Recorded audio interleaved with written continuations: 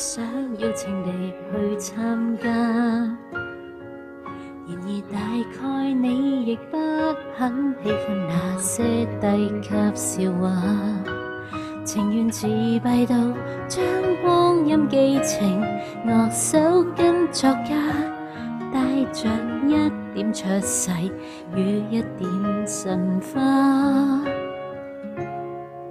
旁人在暗笑，亦偷偷稱呼你妄想家，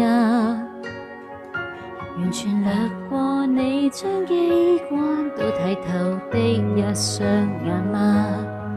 存着善意那理論與見解，早世人醜化，你亦一聲不怨，人類多可怕。陪你上街，路人大概不懂欣賞你先至一世紀。難道你過分美好會令人退避？